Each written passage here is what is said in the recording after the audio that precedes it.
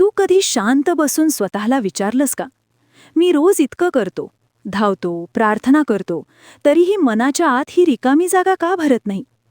लोक सांगतात उपाय, विधी, व्रत, नियम, पण तरीही काहीतरी अपूर्णच राहतं. अशा क्षणी जेव्हा सगळे आवाज बाहेरचे वाटतात, तेव्हा एक हाक आतून येते. ती हाक कुणाची असते? ती हाक श्री स्वामी समर्थ यांची असते. ही कथा चमत्कारांची नाही, गूढ गप्पांची नाही, तर त्या सूक्ष्म क्षणांची आहे जिथे माणूस आतून बदलतो आणि तेव्हाच खऱ्या अर्थाने मार्ग सापडतो. आज हा विषय महत्त्वाचा का आहे याचं एक साधं कारण आहे. आज श्रद्धा वाढतीये, पण समज कमी पडतीये. सोशल मीडियावर अनुभव दिसतात, पण अंतर्मन शांत होत नाही. श्री स्वामी समर्थ यांना शोधताना आपण बाहेर खूप पाहतो, पण आत पाहायला विसरतो. देवाला मिळवण्याची घाई लागली आहे, पण देवासाठी स्वतःला थांबवण्याची तयारी नाही. म्हणूनच आज या क्षणी आपण वेगळ्या दिशेने पाहूया. विधींपलीकडे, शब्दांपलीकडे, थेट अनुभूतीकडे. खूप जण विचारतात, स्वामी कधी भेटतात?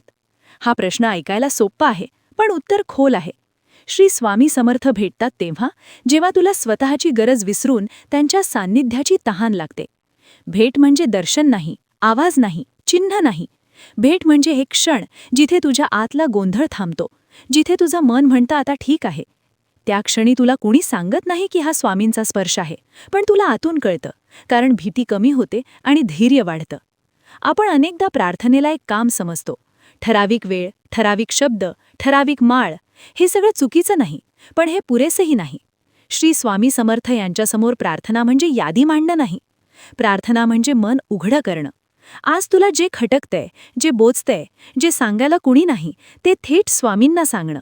सजावट नको, भाषा नको, फक्त प्रामाणिकपणा.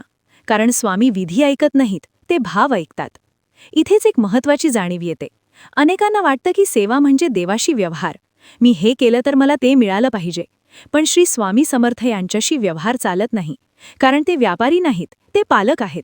पालक कधी मुलाच्या मागणीनुसार नाही, तर गरजेनुसार देतात. कधी नकारही देतात, कारण त्यांना पुढचं दिसतं. तेव्हा सेवा करताना एक प्रश्न स्वतःला विचार, मी स्वामींसाठी करतोय की माझ्यासाठी? एक क्षण असा येतो जिथे माणूस थकतो. सगळं करूनही काहीच हातात येत नाही असं वाटतं. तेव्हा अनेक जण म्हणतात स्वामी दूर गेले, पण सत्य वेगळं असतं. त्या क्षणी श्री स्वामी समर्थ अधिक जवळ असतात. ते तुझं धैर्य तपासत नसतात, ते तुझी पकड सैल करत असतात. कारण तू जेव्हा पूर्णपणे सोडून देतोस, तेव्हाच त्यांच्या आधाराची जाणीव होते. हा सोडून देणं म्हणजे हार नाही, ते शरणागती आहे. इथे थोडा थांब, श्वास घे, स्वतःला विचार, मी खरंच कशाला धरून बसलोय? अपेक्षेला, भीतीला, लोकांच्या मतांना? श्री स्वामी समर्थ यांचा मार्ग सांगतो की हातात फक्त नाव ठेव, बाकी सगळं त्यांच्या हातात दे. नाव म्हणजे केवळ उच्चार नाही, नाव म्हणजे आठवण. चालताना, काम करताना, अपयशात, यशात, मनात सतत स्वामींची उपस्थिती. नाव घेतल्याने प्रश्न सुटत नाहीत, पण प्रश्न पेळण्याची ताकद येते. काही जण अनुभव शोधतात, गंध, संकेत, स्वप्न. हे सगळं होऊ शकतं, पण ते ध्येय नाही. श्री स्वामी समर्थ अनुभव देतात, पण ते प्रदर्शनासाठी नसतात. खरा अनुभव शांत असतो. तो सांगावा वाटत नाही, जपावा वाटतो. कारण तो तुला आतून बदलतो. तुझं वागणं बदलतं, प्रतिक्रिया बदलतात आणि नात्यांमध्ये सौम्यता येते. हेच बदल श्री स्वामींची खरी ओळख आहे. आता दृष्टिकोन बदलूया. देवाला मिळवण्यासाठी काय करावं याऐवजी देवासोबत राहण्यासाठी कसं असावं हा प्रश्न विचार. श्री स्वामी समर्थ स्वच्छता, संयम आणि सात्विकतेचा आग्रह धरतात. बाहेरची नव्हे, आतली स्वच्छता. मनात साठवलेला राग, मत्सर, अहंकार हळूहळू कमी करणं.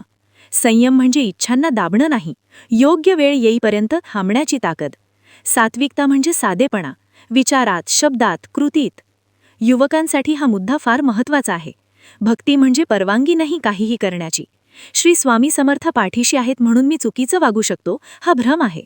श्री स्वामी समर्थ पाठीशी असतात म्हणून आपण अधिक जबाबदार व्हायला हवं, कारण त्यांच्या नावाने वागणं ही मोठी जबाबदारी आहे. आदर, प्रामाणिकपणा, करुणा हे श्री स्वामींच्या नावाशी सुसंगत आहे का हा प्रश्न रोज स्वतःला विचार. शेवटी एक शांत सत्य, श्री स्वामी समर्थ तुला बदलायला सांगत नाहीत, ते तुला आठवण करून देतात तू आधीपासून काय आहेस याची. भीतीखाली दबलेलं धैर्य, गोंधळाखाली दडलेली स्पष्टता आणि थकव्याखाली लपलेली श्रद्धा. जेव्हा तू या गोष्टींना स्पर्श करतोस, तेव्हा समजतं श्री स्वामी दूर कधीच नव्हते, आपणच स्वतःपासून दूर गेलो होतो. आज इथे थांबताना कोणतीही घोषणा नको, कोणतं वचन नको. फक्त एक साधा निर्णय. उद्यापासून नाही, आत्तापासून. मनात एक ओळ ठेव, श्री स्वामी समर्थ माझ्या सोबत आहेत. परिणाम कधी दिसेल, कसा दिसेल हे विचारू नको. फक्त चालत राहा. कारण जेव्हा तू प्रामाणिकपणे चालतोस तेव्हा श्री स्वामी समर्थ 1000 पावले पुढे येतात. आवाज न करता पण आधार देत.